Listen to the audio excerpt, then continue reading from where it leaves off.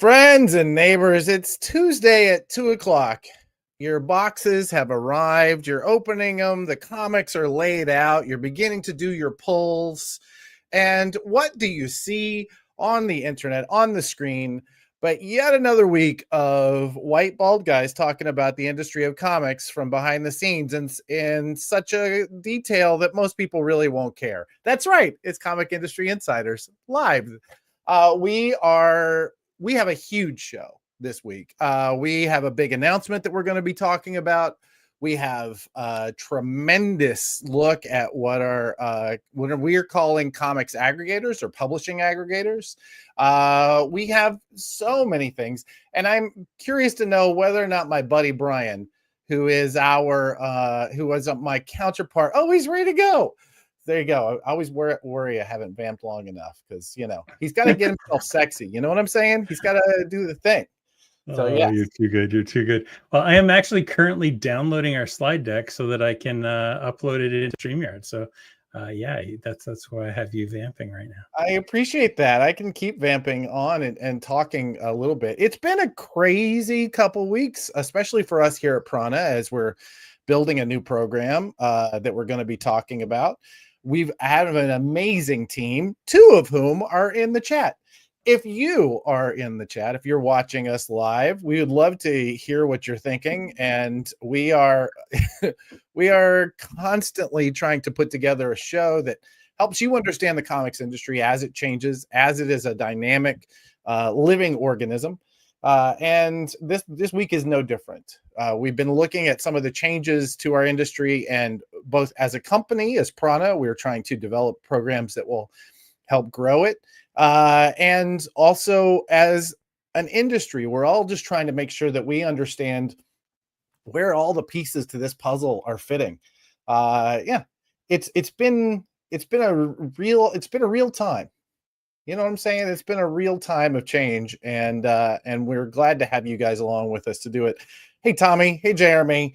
The show can start now. Tommy and Jeremy. There you go. It's interesting too, because I can't remember a time in the industry, even I was around during the original distributor wars, and even they weren't as chaotic as this, because first of all, the industry was less complicated then. Yeah, just straight up. There were less products, right? And there were less publishers. There was less everything. There were less choices in the world. You didn't have 1,000 streaming services you could jump on, or a super high definition video game console that you could play that was in your pocket, by the way. The amount of changes that have happened in the world, compounded with the amount of changes we're going through in the industry, it creates opportunity if you look at it positively, creates chaos if you look at it negatively. And the full truth is probably somewhere in the middle of both of those things. Well, and we're two people who are always looking for ways to grow something positive for everybody, and especially for our own companies, our own teams. But we're also it is, I think, the real difference between this particular distributor war, if you want to call it that. I don't think it is. It's more of a, I don't know. It's more of a distributor crisis where everybody's kind of starting to pitch in and find their place. I think the difference between this one and the one that happened in the late 90s when I was working in a comic book shop is the speed at which we're hearing about it and the speed at which things are changing, because I just remember one day we woke up and we were told you had to get a Heroes World account in order to carry Marvel in your store, right? And that was what? How do we? All right, that's very strange. I mean, we already have a few distributors, so it was. I mean, I remember that time, but I also remember it playing out in sort of compared to now, slow motion. I mean, it happened in Comics Retailer Magazine and the CBG, right? And it happened, a little bit of internet, but you would just hear conversation.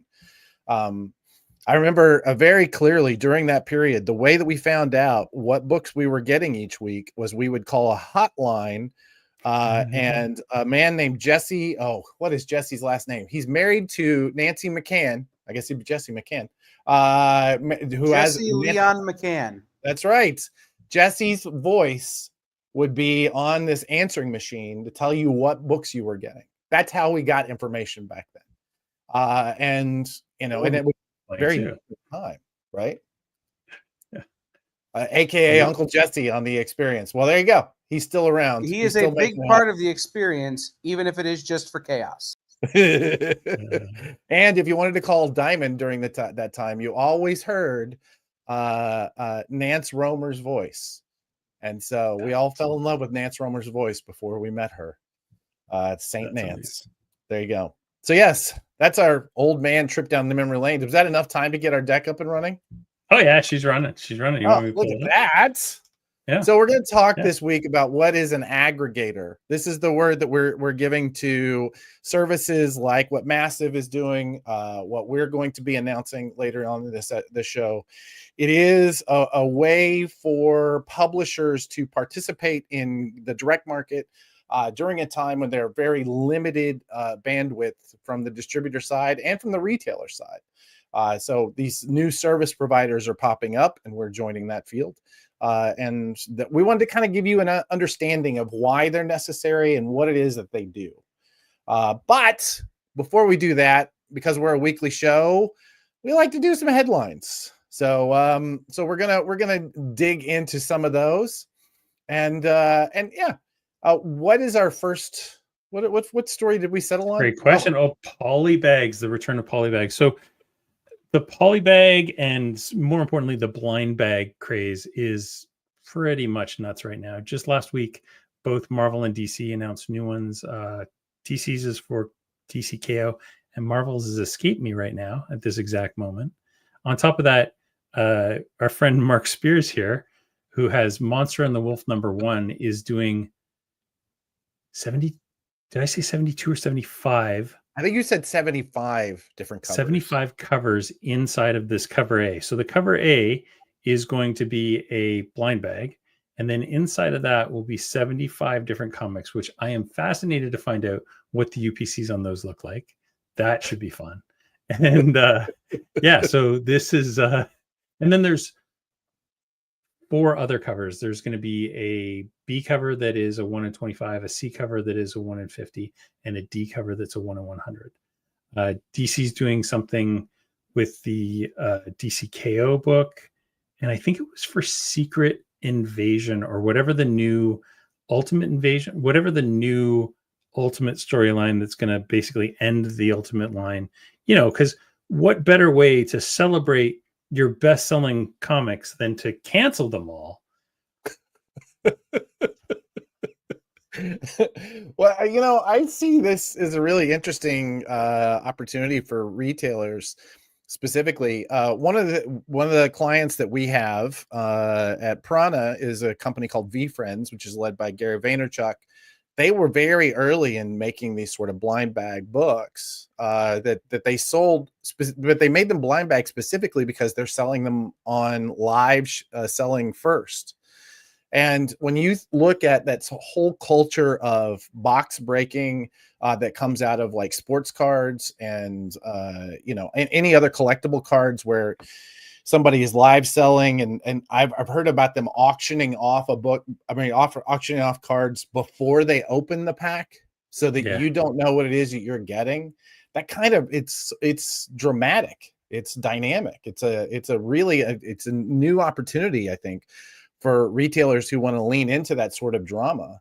And we saw this obviously the biggest success we've seen recently is was it Battle Beast? Am I going to remember that name right? Yeah, from the Invincible universe. Yep. It's amazing. I mean, it could have been sort of a non-launch. It could have been quiet, except it was coming out from Skybound, who does an amazing job of keeping people excited. But it could have been a real sleepy launch, except for that blind bag. It made all the difference in the world, and they put so many assets into the bag and the product itself. Huge opportunity for publishers, and I think even a bigger opportunity for retailers that are leaning into that kind of drama. Are you guys? Are you doing? How do you manage this for your retail store? For Earth 519, we offer pre-orders, and then for Battle Beast, I went fairly hard on like, I think I ordered an extra. So hard for me would be like probably 25, 30 copies. which like I have 128 subscribers, right? So that's a significant number. And I think that book leveled out to about, if I remember right, I think it's doing about 20 copies a month, which is decent. That's like, 15% or so of my overall subscribers are subscribed to that book. So I have no problem with it. Yeah. And like Tommy says, I push pre-orders hard for these. I pushed them hard for the Batman Blind as a Bat blind bag promotion, and I'll push these too. Because one thing, don't tell any customers, the price points are higher. So I make more money. I like money. So I like it when price points are higher. And for me, it's as easy to sell a $6 book as it is to sell a $4 book. So truthfully. And this is an interesting thing from Kyle, producer Kyle. As exciting as box breaking and that sort of thing is, it's very dangerous unless you have a platform that guarantees payment. Absolutely. I think that it does speak to our need to adjust all of our systems for the market that we have, right? Yep. So this market that's doing blind bags, we need to make sure that we're setting up systems in the stores and in online platforms. We need to make sure that we're setting up systems that guarantee our sales and allow us to participate. So Kyle, I'm putting that back on you, man. You're coming on to give me an excuse of why you can't? No. I have friends who do blind or crack packing of like Marvel cards, right? Yeah. They've gotten burned by not taking payment ahead of time. So now what they do is they sell the packs that they're going to open next time during this show. And then on the next show, you can watch them be opened. So it's adapting how you approach it, saves you the headache. But it is kind of scary up places other than one. True. All right. What else are we talking about today? This one here, Diamond is holding millions of dollars of Fantagraphic comics. Yeah. And they were having a sale. I think it ended yesterday, but it absolutely goes to, it is time. We wanted to talk about this because Fantagraphics announced their sale, and they did this as a result of the fact that there's an ongoing lawsuit. We reported on this a lot about, yes, what a graphic, this man says, the guy who put it together, that essentially is Fantagraphics is missing out on a ton of inventory that they cannot get access to because of these lawsuits. And so they're asking for people to step up and support by doing a big discount for what they have in their warehouse. I think it is another example of people refusing to be put down, right? We're going to be talking about this a lot of, the comics industry is shifting, and there was this refusal to let it put you under, I think it should be commended and celebrated, Yeah, absolutely. Yeah, I agree with you, Jeremy, but also we got to work through the laws. You know what I'm saying? That's true. Also, yes, Dynamite did do a humble bundle that is available to help get through their bad news from Diamond. Yeah. All right. Absolutely. Ringos. The Ringos have been announced, and we love this. I mean, every year I go to Baltimore Comic-Con, I go to the Ringos.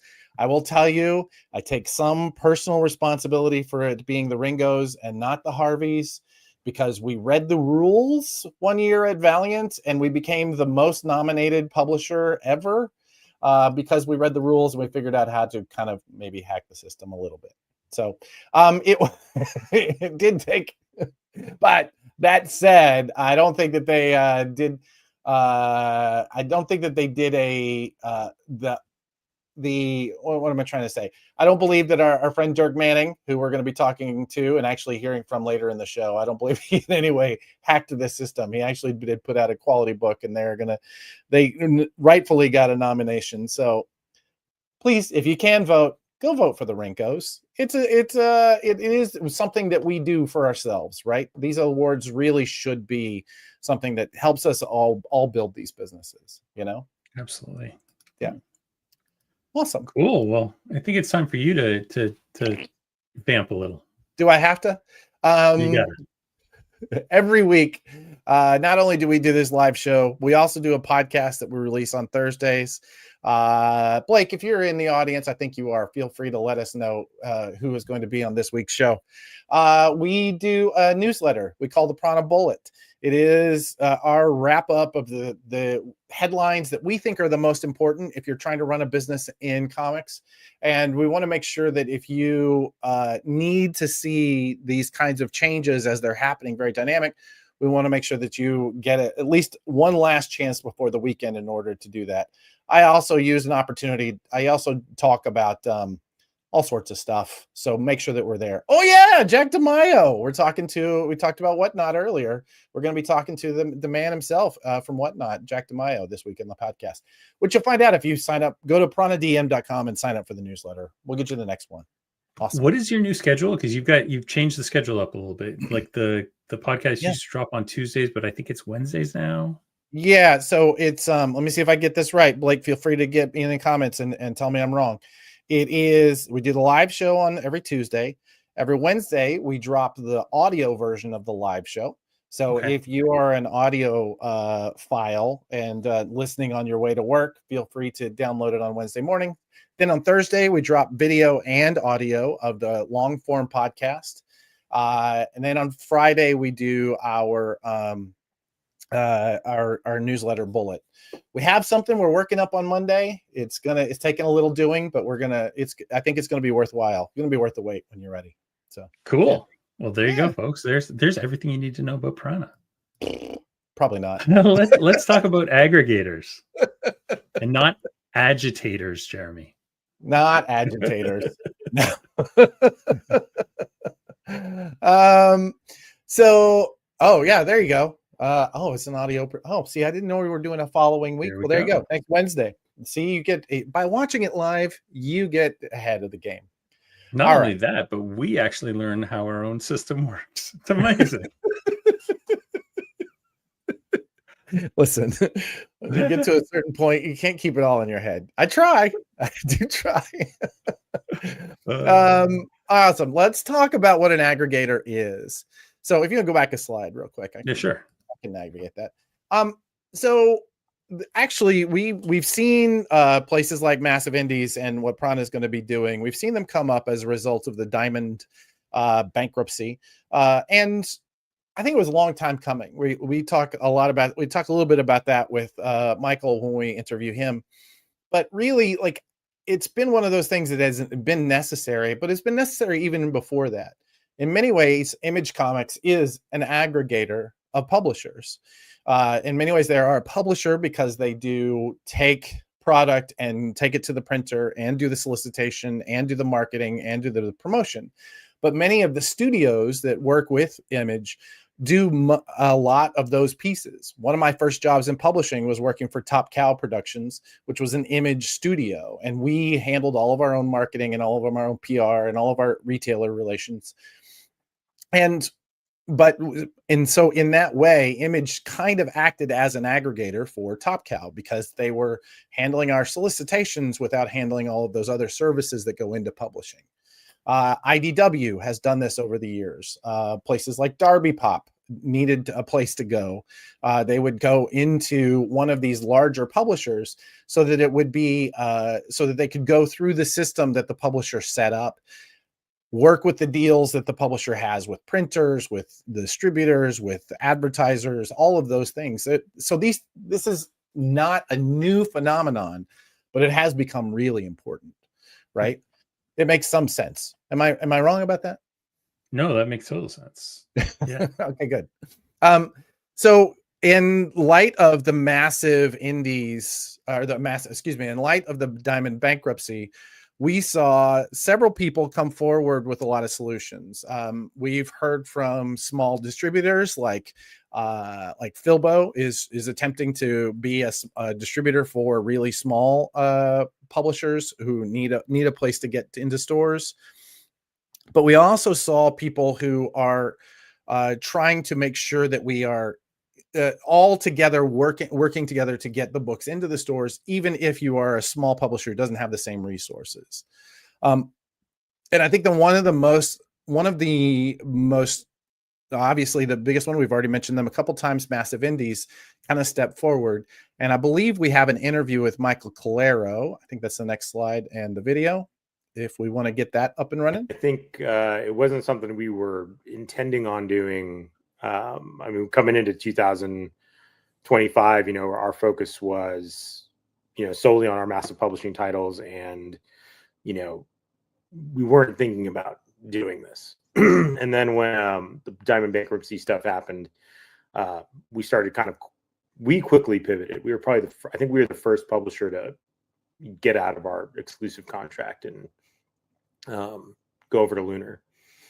And immediately we started getting messages from other publishers that were, and for good reason, like they were having difficulty, either reaching Lunar or getting a response. And, to Lunar's credit, they were quick to respond to us. But I have to imagine there was like floodgates after that of people trying to reach them. And so I was hearing this, a few times from different publishers. And at first, there wasn't really, it didn't really spark like, I need to jump in and do something. But as, a couple of weeks went by, I realized, these people don't have a place to get their books out. Or they have to gamble at Diamond's going to pay them, which clearly that would have been a bad gamble. So where I saw the need was like, I have an account, I have the bandwidth to be able to create a project, a program like this. I think I'm the right person in the sense of I had a lot of publishers prior to the launch.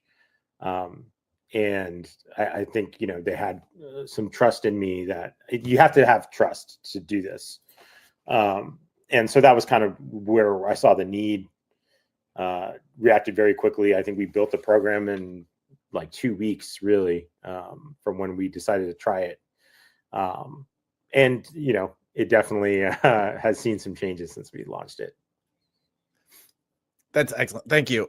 When you decided to jump into this, obviously you were putting the things together, as we often talk about building the plane after it's left the ground, right? And you obviously have had some iterations for this program.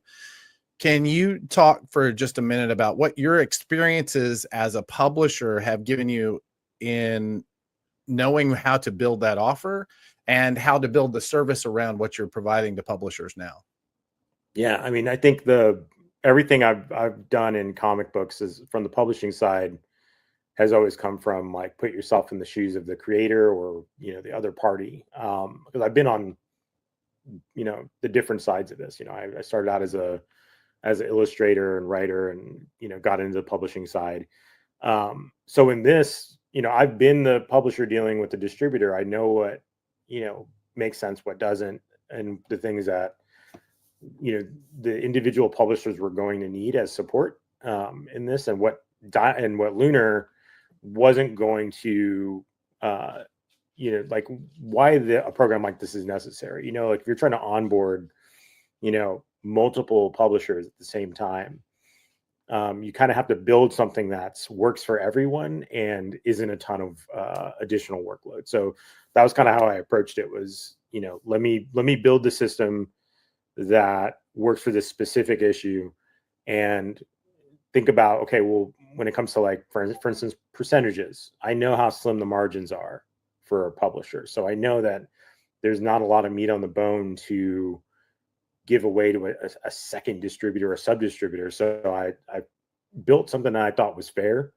And at the time, it was we started with a higher price point for what we call our listing fee. And that was because I knew we didn't want to bring on a ton of publishers at once, because we needed to make sure it worked before we expanded it. And so for it to make sense and put the manpower and time into it, we knew kind of the number that needed to happen initially. And as soon as we got to a point where we knew it was functioning, we built the plane well enough to fly, we lowered the listing fees and brought on some more publishers. That, and I did see, I think I even mentioned it in a Facebook conversation where we saw that adjustment, and I commended you for that. Still do. I think it's wonderful that you saw that opportunity for the publishers. Can you talk now that you have been at this for a few months? You've got some people have worked their way through the system. Yeah. What are your long-term goals for Massive Indies? To be honest, it's funny because like this started out as kind of a lifeboat program. It's something that these publishers needed distribution. They needed to answer very quickly. And what we found is that by doing what we're doing, and this is kind of what I had hoped would be the byproduct of it, is a lot of these publishers are doing better now than they were on their own at Diamond, which, I know at the end of Diamond, everybody was kind of doing rough, but I mean, they're seeing really great numbers. They're seeing sometimes triple what they were getting in orders. And so for me, I look at it like we're curating, some of the best indie publishers. That's our job, is to be kind of the eyes and ears of retailers and say, hey, these are the books you want to order. This is the stuff that's going to sell if it ends up in your shop. And that's how we pick the publishers and studios that we're working with. I look at it, I don't look at it from like I love this book, I want to publish this book. I look at it from, is this book going to sell? Is there an audience for this book at comic book shops? Is there, there's some stuff where we've gotten submissions where the books will look really great, but they're very similar to something else we're already, doing with another publisher. And we were like, okay, let's stagger that so that we're not putting the same types of books into the market at the same time. So there is kind of like a curation element to it that I think is what the program I think will more be known for in the long term, because I think people will eventually forget why it started or not think about why it started. But they'll, as a retailer, if you can go to one section in the catalog and say all of these books are going to be quality, and they're going to be on, they're going to be done professionally, they're going to be of a certain standard, and it's not so much of a gamble of their dollars. That's kind of the goal. Excellent. I think one last question. When somebody is deciding whether or not to go with massive indies in order to get distribution, and they're trying to decide if they're going to be a good fit, maybe even before reaching out to you, what would you say a massive indies publisher looks like? Is there some like, overlap of all the people that you've chosen so far? I mean, it's kind of a generic answer to some degree, but I think it's just quality, to be honest, because it's not, I don't think any of our publishers are too similar to each other. There's definitely some that play in the same genre. We have a couple of publishers that do like horror books. We have a couple of publishers that are kind of more on the indie side. But what we look at is really the quality, and also like, something for, if anybody's watching this and thinking like, oh, is this something I want to submit to, or put my hat in the ring.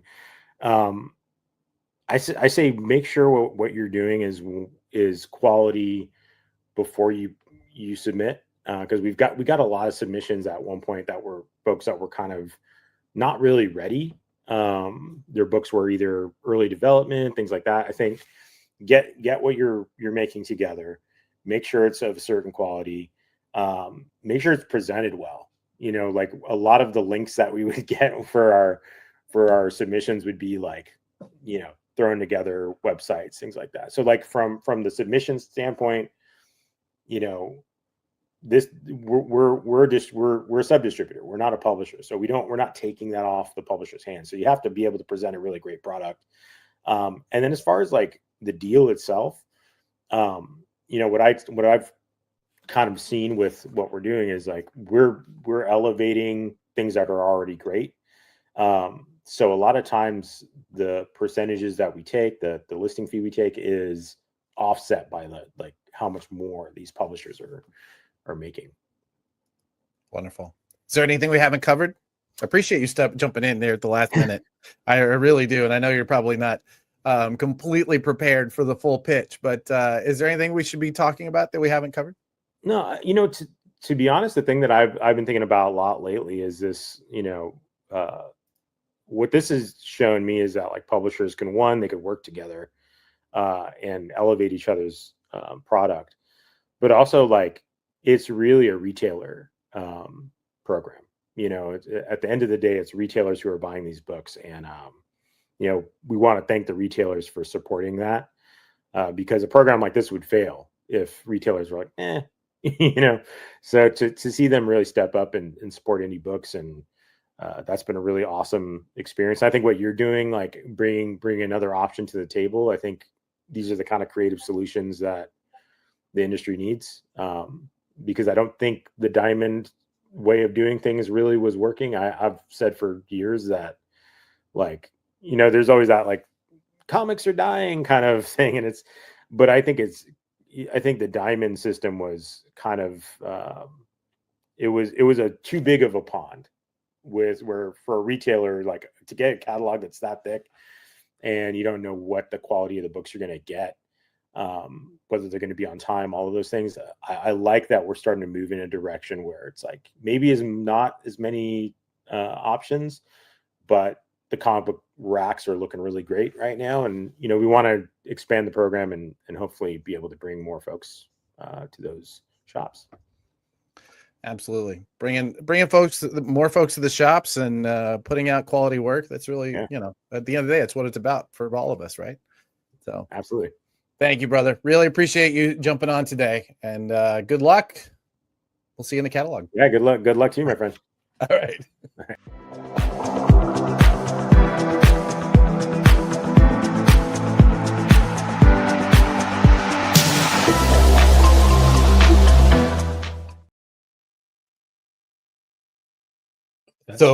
That was a weird shot. We're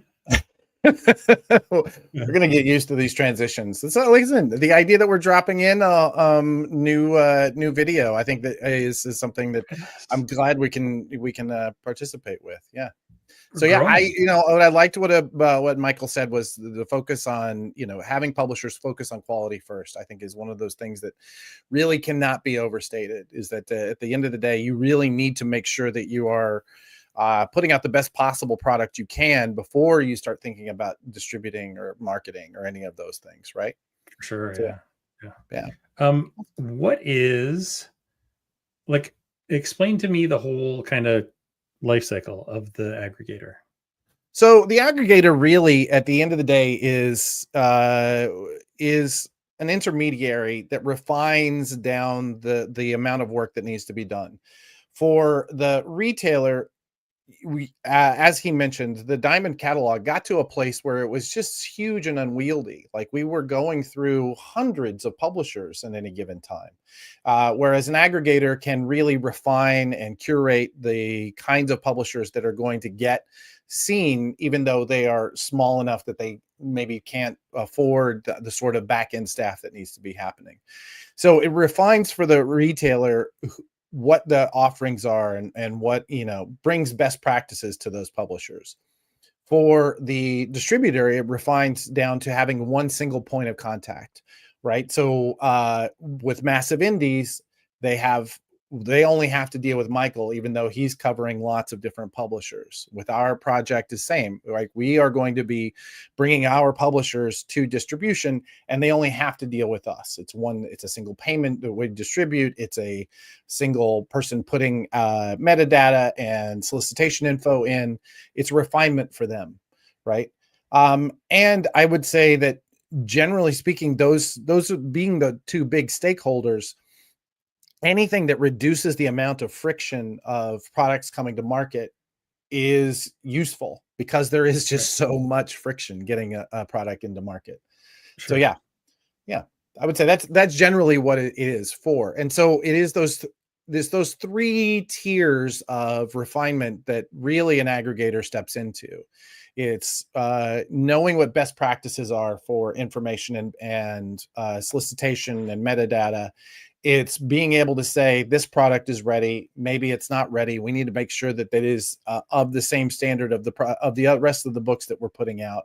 And it's things like revenue, making sure that the distributor is handing over the right amount of money, making sure the right amount of money gets to the publisher so that they can continue to do what they're doing.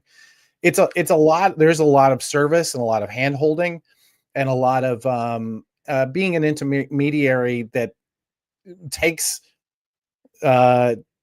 work off of everyone's plate. So that's why it ends up being really necessary. So in the same way that a POS system is like an intermediary, it is an aggregator of data, right? Yeah. So it's almost kind of in a way back to the old brand manager thing, but at a slightly higher level. Sure. We are essentially a brand manager for our clients. And then we work with brand managers at the different distributors. Right. So I think our next slide is where we get to talk about what the we of this, right? Well, we talked about that a little bit. I knew that was there.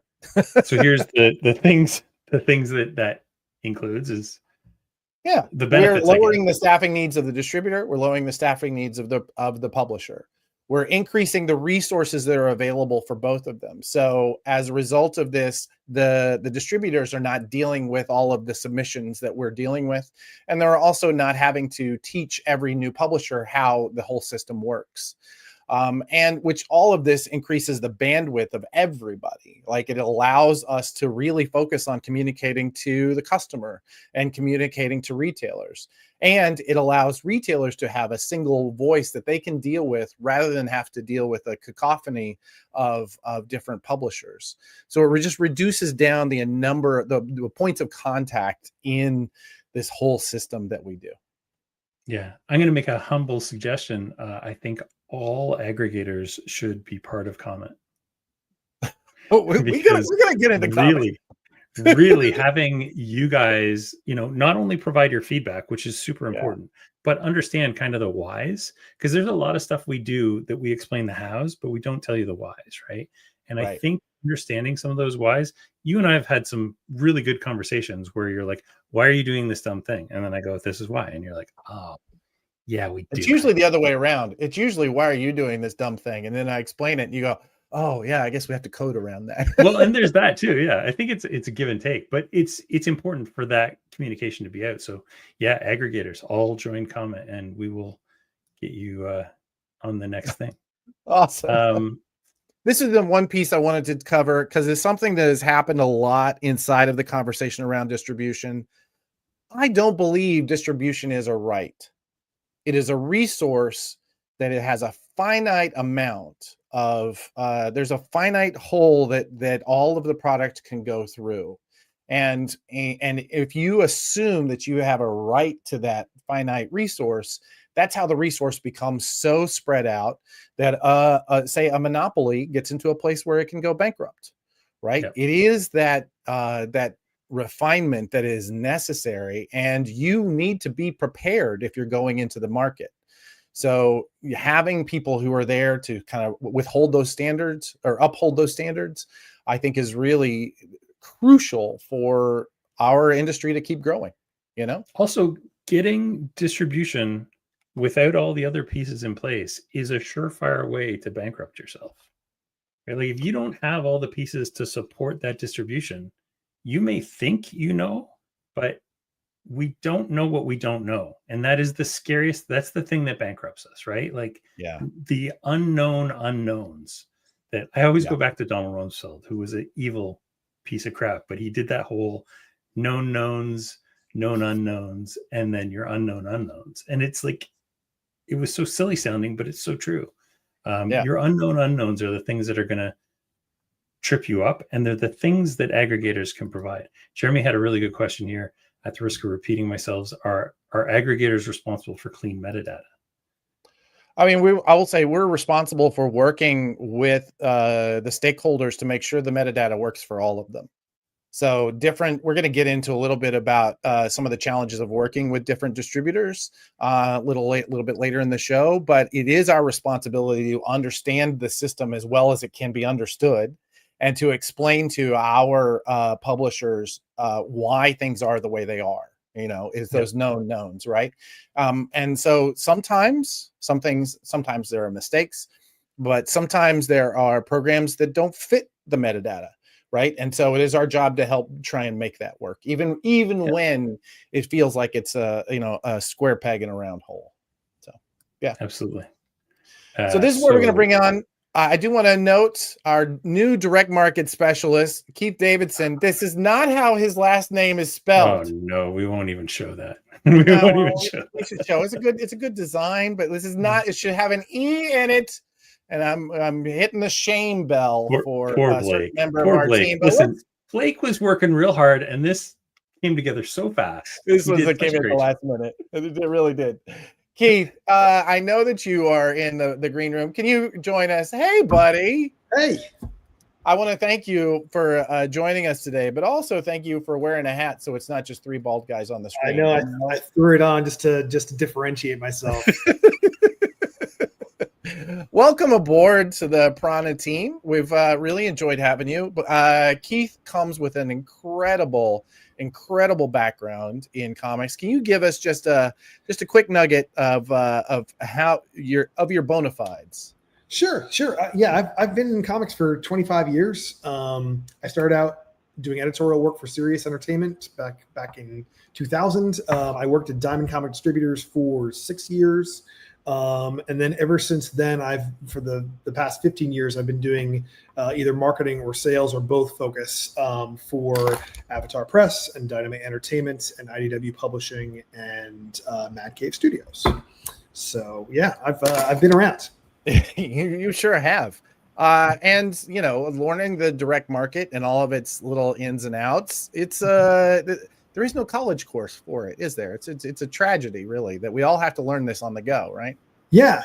I feel like I know that distribution channels have changed certainly over the years, but I feel like the time that I spent at Diamond Comics, even 6 years that I spent there back in the 2000s, like it informed so much of everything that I've done since and my understanding of just how retail works, how supply chains work. It's just and it's the kind of education that you get that, I mean, once you learn it, it's so invaluable in every single aspect of what you do, even on the creative side. Every once in a while I write something, and even that, like, just knowing how things get to market is so crucial in every aspect of what we do in comics. So, yeah. And I will say that when I started Prana way back when, I had a good friend ask me what we were trying to do, and I said I wanted to be one of the few organizations that could see the whole board, understand how comics works completely, right? And I think you do so much to bring that to that depth. I think this is a good opportunity to bring up our big announcement of our the next slide. If someone behind the screen who isn't going to screw this up can do that. Prana Publishers, right? We could look first off. Can we talk about the genius of design that is Ryan Hughes? I love this. I love this logo, but that's just me. Of course, I'm going to love my own cooking. Let's talk about what it is that we are planning for Prana Publishers. Can you give us an understanding of how you are going to be involved in that and what sort of service we're going to be providing publishers? Sure.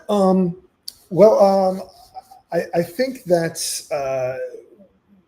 what we're looking to do is we're taking on projects or publishers and projects that we see an immense potential in their storytelling, in the stories being able to reach an audience, and therefore a very large potential in sales.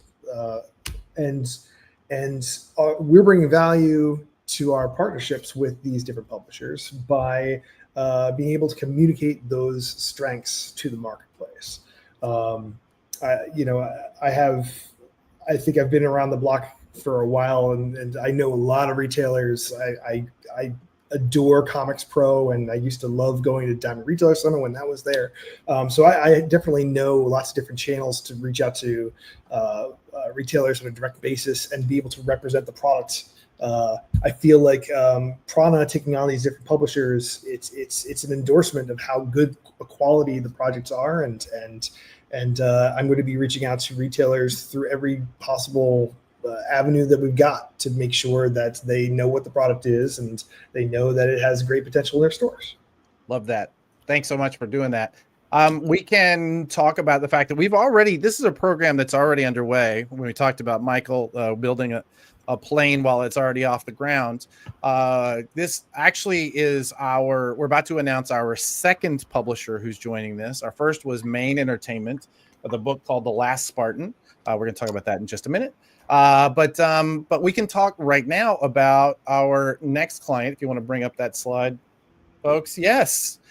Source Point Press.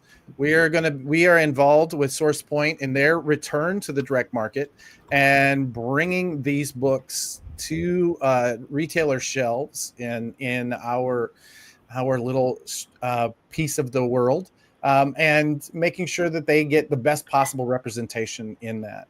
I think this is actually where we can throw in a clip of the two gentlemen behind the scenes at SourcePoint, and I had an opportunity to catch up with them, and we can hear more about what that program is.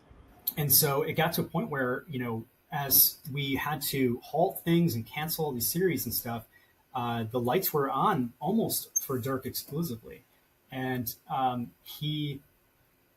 was the point at which he was like, let's really talk. Like, what would it take to bring this back, to bring it back to not necessarily where it was before, but to grow it and to be able to expand and bring on titles once again. And it was a hard road. It wasn't easy. In the case of say like bankruptcy, there's a lot of things that a publisher has to do to be able to successfully go through that bankruptcy. And that unfortunately means tying up all in-house IPs, tying up all assets, all brand names, all anything that's owned, in case that the bank or whoever can pluck it away from you, give it a dollar value and give it to someone else. So, we sat down and we really kind of worked things out and figured out how to separate the SourcePoint brand name from Oxide Media. And that was the first step. And that, of course, meant Dirk essentially taking on the duties of publisher and editor-in-chief and all of the work that comes with that.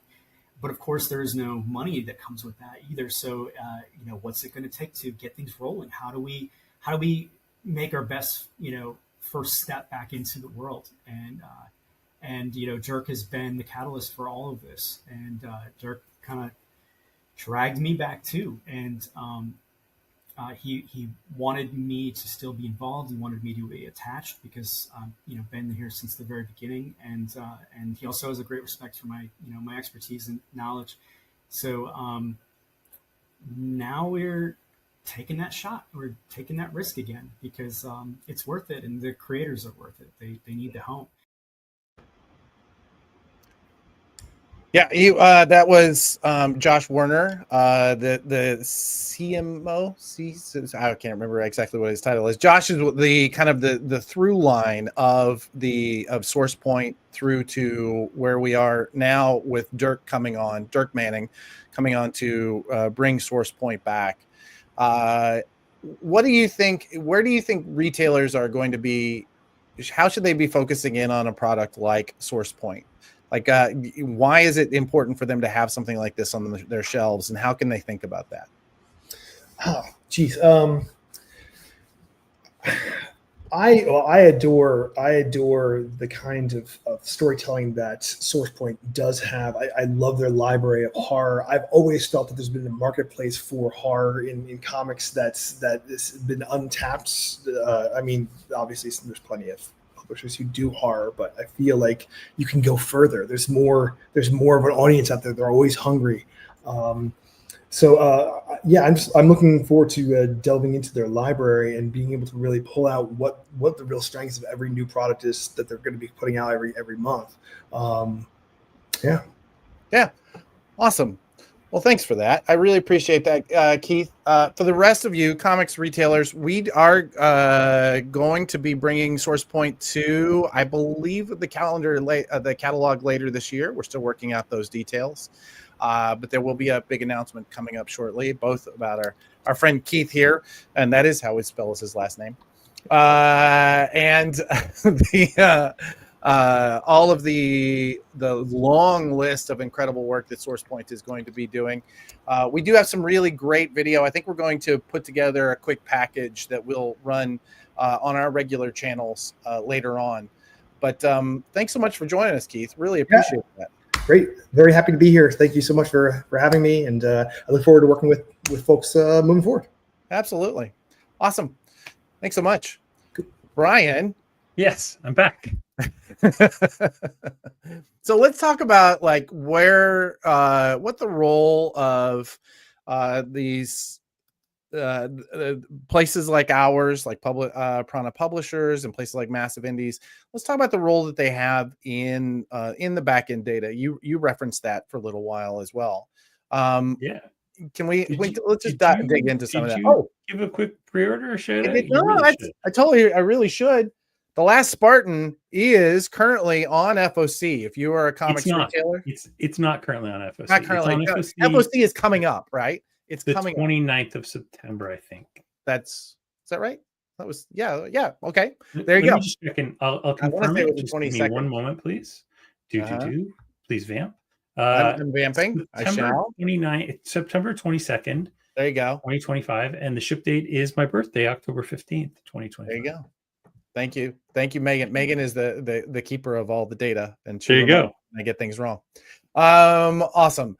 Please do, if you're a fan. The Last Spartan is Tyler Main doing an incredible, really dark and gritty crime story about human trafficking and him being an MP that goes in and saves people from that world. And it's just the first of a long line of stories they have ready to tell. I can't wait till we tell you some of the creators that are going to be involved.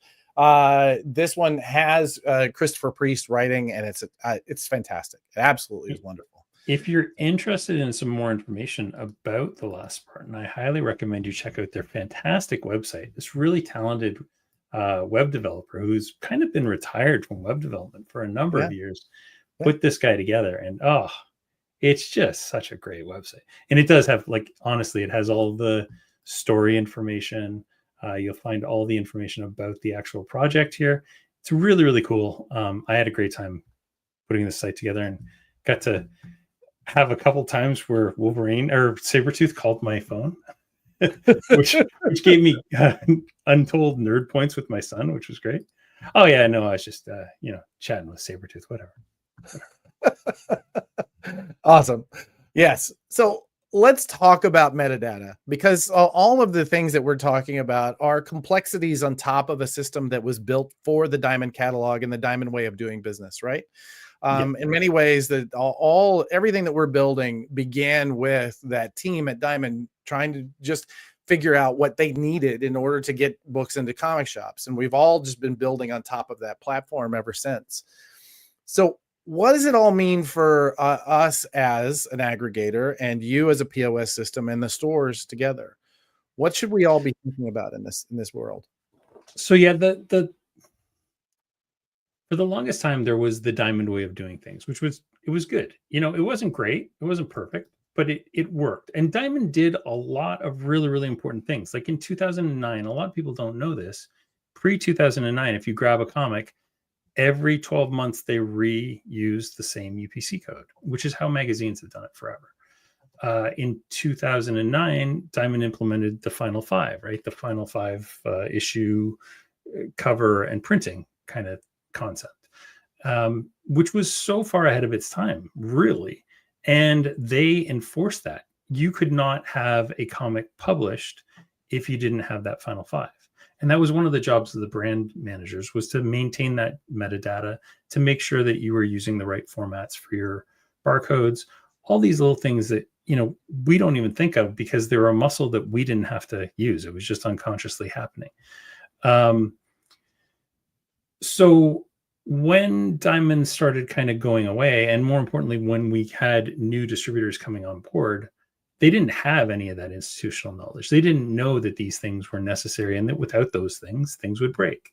So that's kind of where Comet came into play. So the comics industry metadata group, where we started talking to distributors, publishers, retailers. There were 90 different people that helped create a standard. Now that standard is a living standard. So we're changing things as the industry changes. And this is a perfect example. Right now, Managed Comics itself doesn't have a way to accommodate SourcePoint being the publisher inside of Prana Publishing. Doesn't mean we won't always, but we don't have that. And more importantly, there's no data to feed that right now. So the three of us, you, myself, and Megan, were looking at the Lunar files earlier that you guys have. And there is a field that we can probably use, but it's not currently being used for that purpose.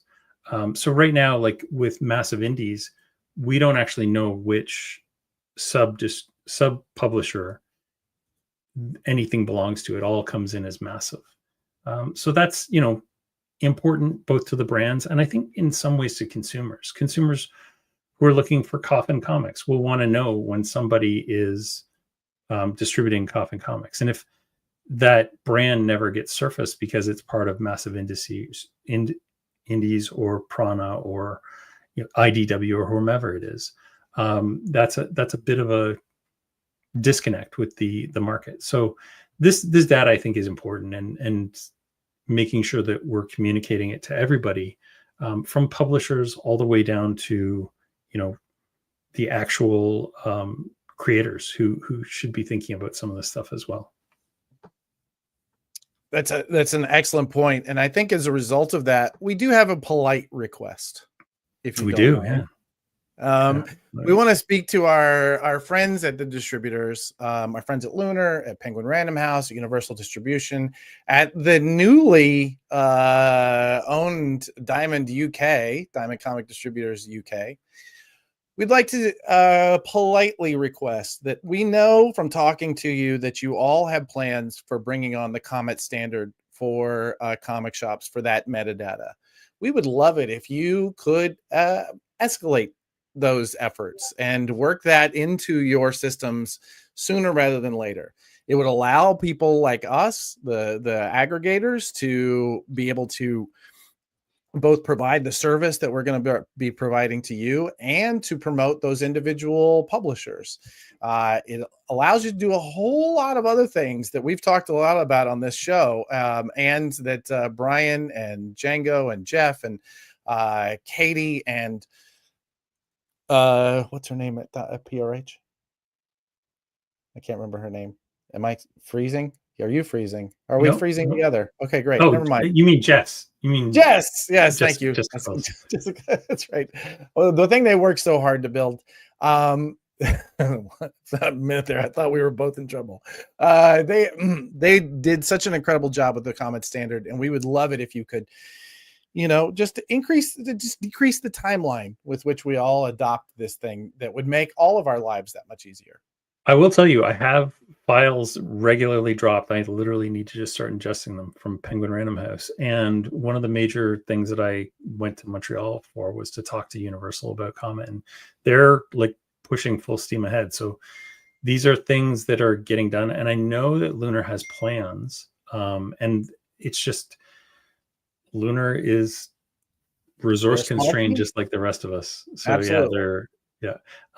Diamond UK, I've just started having conversations with them, and I think we're going to have some really, really good conversations over the next little while. So I'm excited for them. So it is being moved on. I think one of the key things is, and so I actually initiated this conversation with Django, Katie, and Jess earlier today. Where do we put this data because we do have an imprint field, but that doesn't quite feel right. So maybe it needs to be something else. But yeah, the conversations have started, and we'll be, I think, like the first or second week of September, we're having a couple of Comet meetings. So this will definitely be high on the list there.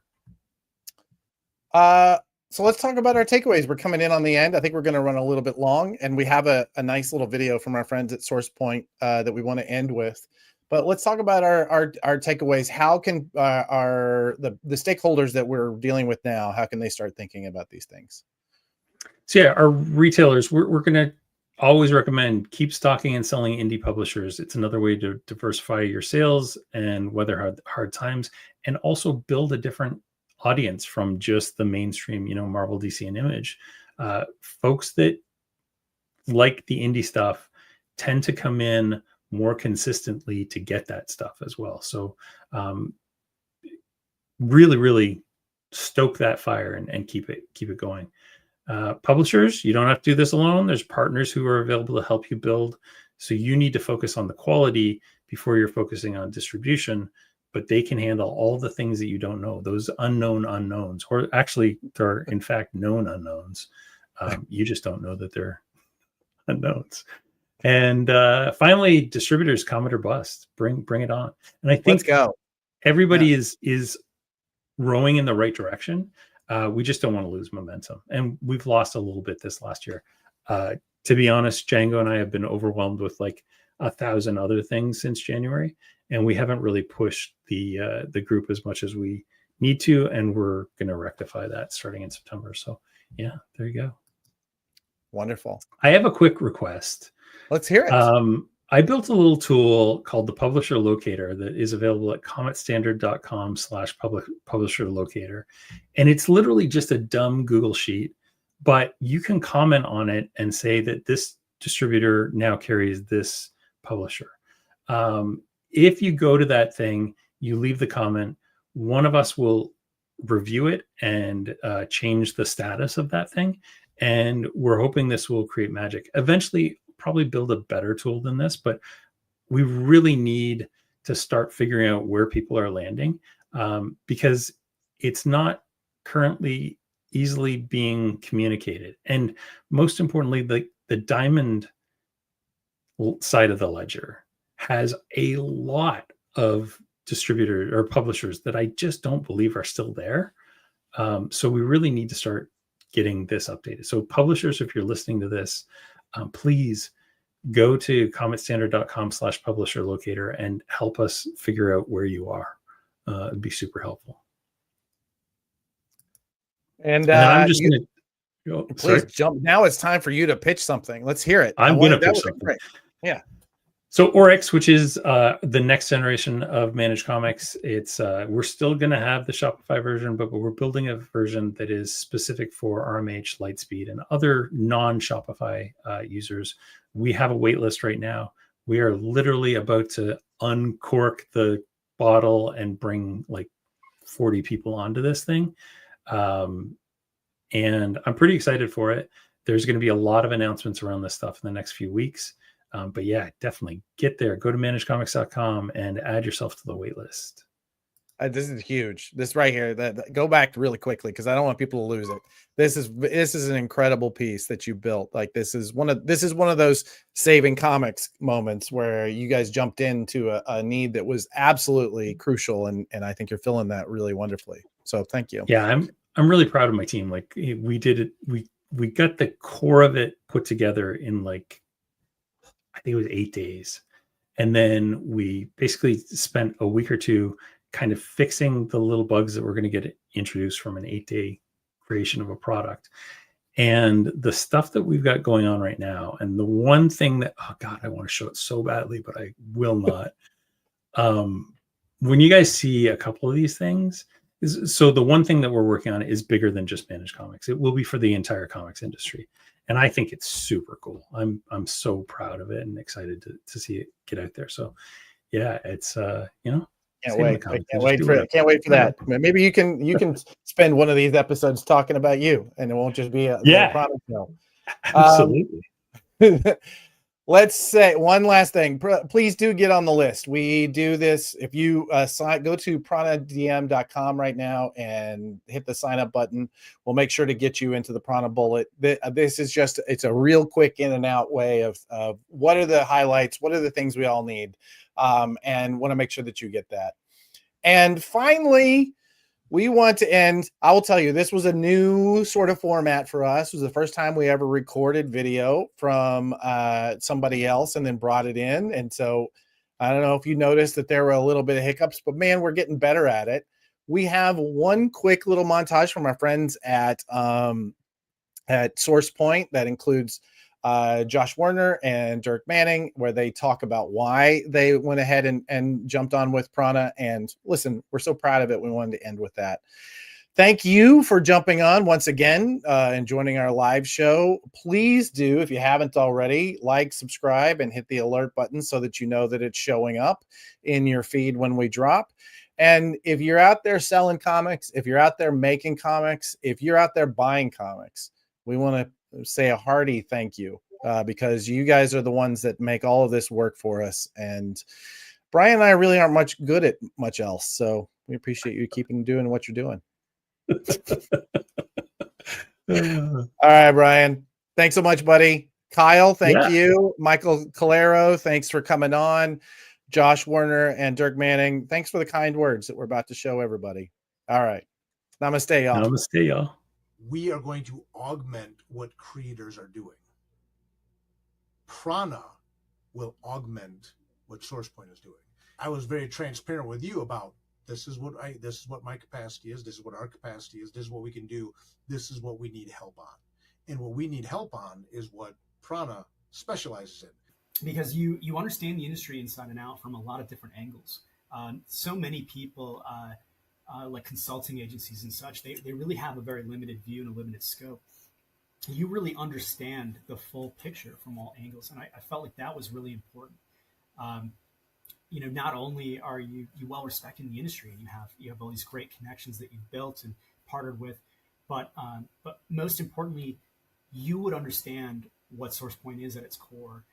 What Prana, what you do with the press, the various connections you have and the various benefits you have is what we need. And specifically what I need as a publisher to offer these creators who are out there pushing and things like that. There's not a lot of independent press on creator-owned books, but you have the connections to shine a light on it, right? Prana has the ability to help amplify and augment what we're doing and then what I'm doing for the other creators that I'm bringing in and saying, look, I may be Sub Pop to your Nirvana. You want to be here for one book. You may be a lifer here, right? But let's help get the message out there. Let's augment what you're doing. We have Whalebacker to help support us.